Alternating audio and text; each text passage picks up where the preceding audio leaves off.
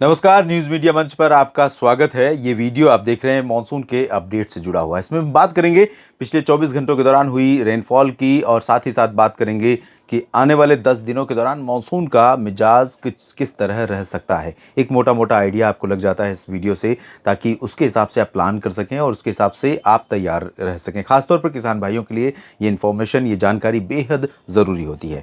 तो सबसे पहले बारिश के आंकड़े देख लेते हैं। 50 शहरों के, उन 50 शहरों के नाम इस लिस्ट में है जहां पर बीते 24 घंटों में सबसे ज्यादा बारिश रिकॉर्ड की गई है। और टॉप पर रहा है अरुणाचल प्रदेश का पासीघाट, जहां पर 213 मिलीमीटर की मूसलाधार वर्षा रिकॉर्ड की गई। इसके बाद नंबर था महाबलेश्वर का, जो कि महाराष्ट्र में है। 129 मिलीमीटर की मूसलाधार वर्षा रिकॉर्ड की गई। रायपुर छत्तीसगढ़ में 91, माथेरन में 88, गोरखपुर में 83। लंबे समय के बाद गोरखपुर में ये बारिश देखने को मिली है और निश्चित तौर पर यहाँ के लोग बहुत राहत महसूस कर रहे होंगे। उज्जैन में 73 मिलीमीटर वर्षा रिकॉर्ड की गई। उत्तरी लखीमपुर में 69, थाने में 69 मिलीमीटर, चेरापूंजी में 67, अजमेर में 64, 62 मिलीमीटर सागर आइलैंड में हुई है। डिब्रूगढ़ में 59 मिलीमीटर, जलपाईगुड़ी में 54, कोंटाई में 52, 50 मिलीमीटर रही है देहरादून में। बिलासपुर में 46 और नारनौल में भी 46 मिलीमीटर वर्षा बीते 24 घंटों में दर्ज की गई। हरियाणा में बारिश हुई है पिछले 24 घंटों में। माना मध्य प्रदेश में 45 और 43 मिलीमीटर सिवनी में बारिश हुई है। चित्तौड़गढ़ में 39 और 36 मिलीमीटर वर्षा रिकॉर्ड की गई। मुंबई के सांताक्रूज में, प्रयागराज में, वल्लभ विद्यानगर में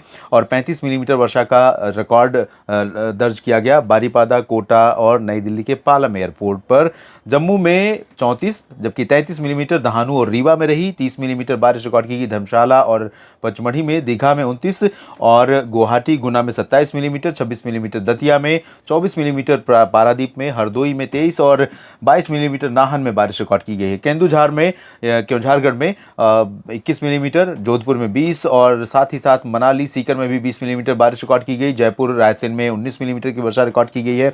जयपुर में लंबे समय से कई सारे मित्र लिख रहे थे कि बारिश नहीं हो रही है। इसके अलावा पुरी में 18 मिलीमीटर बारिश रिकॉर्ड की गई है, जबकि कोलकाता के दमदम एयरपोर्ट पर 17, मालदा में 17, शिवपुरी में 17। कोलकाता समेत पश्चिम बंगाल के दक्षिणी भागों में मौसम बदला है, मानसून का मिजाज बदला है, मेहरबानी हुई है, बारिश शुरू हुई है लंबे समय बाद। और इसके अलावा कूच बिहार में 16 मिलीमीटर, जबकि नई दिल्ली के सफदरजंग मौसम केंद्र पर 15 मिलीमीटर वर्षा दर्ज की गई है। ये तो रही बारिश की स्थिति। और अब देख लेते हैं मॉनसून का परफॉर्मेंस कैसा रहेगा। जैसा कि आप सभी अच्छी तरह अब समझ चुके होंगे कि जब एल नीनो होता है और इंडियन ओशन डायपोल पॉजिटिव होता है, अगर एल नीनो है और इंडियन ओशन डायपोल या न्यूट्रल है या पॉजिटिव नहीं है, यानी कि इंडियन ओशन डायपोल में दोस्तों मैं आपको शॉर्टकट में बता देता हूं, यहां पर समुद्र की सतह का तापमान गर्म हो जाता है, बढ़ जाता है, और यही होता है पॉजिटिव होना। ये जब तापमान यहां पर गर्म होता है यानी इंडियन ओशन डायपोल पॉजिटिव होता है, तो भारत के भागों पर बारिश अच्छी होती है, एल नीनो का प्रभाव भी कम हो जाता है। और यही सीन इस बार हुआ है, जैसा 2019 में देखने को मिला था। स्ट्रॉन्ग एल नीनो था और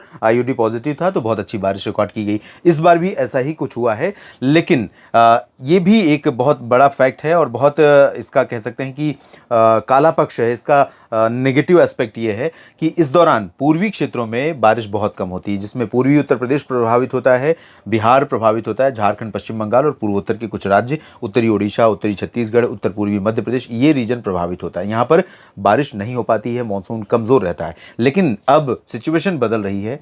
सिचुएशन सेम है, इंडियन ओशन डायपोल लगातार पॉजिटिव बना हुआ है, तो मानसून अभी बहुत कमजोर होने नहीं जा रहा है। थोड़ा सा वीक जरूर होगा आने वाले दिनों में। हर दिन जितनी वर्षा होती है उससे थोड़ा कम रिकॉर्ड की जाएगी, लेकिन इसके बावजूद कई जगहों पर बारिश होगी। तो ये सिस्टम अब थोड़ा सा जो चेंजेस आए हैं, अक्षीय रेखा, एक्सिस ऑफ मानसून ट्रफ ऊपर की तरफ शिफ्ट हो रही है और ये कुछ दिनों तक यहाँ रहेगी। वजह यह है कि बंगाल की खाड़ी में या मध्य भारत पर या अरब सागर में यहाँ पर कोई स्ट्रॉन्ग सिस्टम नहीं बनेगा। जैसे ही यहाँ सिस्टम बनेगा, मानसून की अक्षीय रेखा उसके साथ नीचे आ जाएगी, लेकिन अभी ऐसा कोई सिस्टम नहीं बन रहा है, तो अक्षीय रेखा धीरे धीरे ज़्यादातर समय ऊपर की तरफ रहेगी, ओसिलेट करती रहेगी, कभी दक्षिण में तो कभी उत्तर में। लेकिन जो लंबा गैप था, उत्तर से दूरी थी इसकी, इसी वजह से यहाँ पर बारिश कम हो रही थी। लेकिन अब ये गैप कम होगा और यहाँ पर आप देखेंगे बिहार और पश्चिम बंगाल, पूर्वी उत्तर प्रदेश, झारखंड के तमाम इलाकों में, उत्तर पूर्वी मध्य प्रदेश में, पूर्वी उत्तर प्रदेश में और साथ ही साथ उत्तरी ओडिशा के क्षेत्रों में बारिश होगी ठीक ठाक। अगले 10 दिनों के दौरान मध्य प्रदेश में काफ़ी बारिश होगी और इन सभी क्षेत्रों में व्यापक वर्षा की संभावना रहेगी, इंक्लूडिंग दिल्ली और उत्तराखंड, हरियाणा के भी कुछ हिस्सों में।